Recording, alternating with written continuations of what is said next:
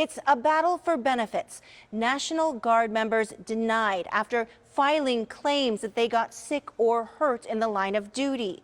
Our reporting from Arizona expanded to a nationwide investigation, and now we have an update from the pilot who first blew the whistle to us. Air National Guard pilot Kjornes got promoted to lieutenant colonel last month, but the honor coincides with a loss, the end of her military career. She had to medically retire. I never wanted it to end this way. I didn't want my career to end this way.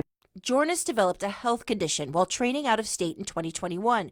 She was not allowed to fly, but she was entitled to ongoing military pay and coverage of her medical treatment. She filled out the required paperwork called a line of duty determination form, an LOD. She was approved at first, then came delays and a denial. After years of appeals, the military admitted in writing she was the victim of error or injustice. Even though this was probably the hardest thing that I've had to fight in my military career, I think my timing was great.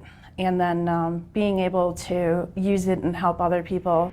After ABC 15 aired Kjornes' story, we connected with airmen across the country.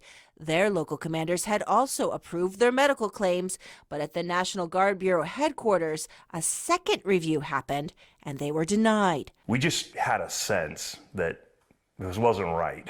What we were facing wasn't right. Because when you got ill and you got hurt, your expectation was? I was going to be cared for. It's either incompetency, apathy, or corruption. Our investigation found it was a policy change, making that second layer of LOD claim review mandatory for all Air National Guard members. Military officials told us they expected to make the process more effective and efficient and to ensure accuracy. But the changes also resulted in an increase in denials. Since November last year, the Air National Guard says it overturned local commanders' approvals more than 20% of the time. That's 185 claims where service members were denied medical care and benefits. What would you say to other people in the Air National Guard who are going through something similar to what you went through right now? I would just say keep fighting, keep that determination, and do not give up. Since February, ABC 15 and Scripps News have asked the Air Force about LOD benefits complaints. In July, the Air Force told us the Office of Inspector General is taking action to accelerate resolution of many of these disputed medical claims, and they're also putting a fresh set of eyes on other claims to determine if errors were present in the original medical decisions.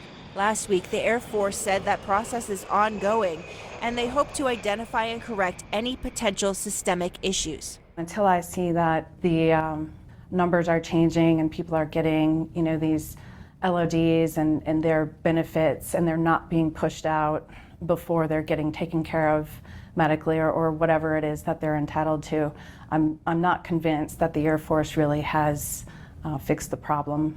As other Air National Guard members wait on reviews and their appeals, Kjornes says the military did make good on her back pay and benefits. She hopes she'll still have a future in aviation in the civilian world. We shared the results of our investigation with members of the U.S. House and Senate Armed Services Committees.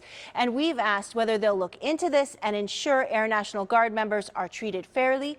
We will let you know what happens. I'm Senior Investigator Melissa Blasius, ABC 15, Arizona.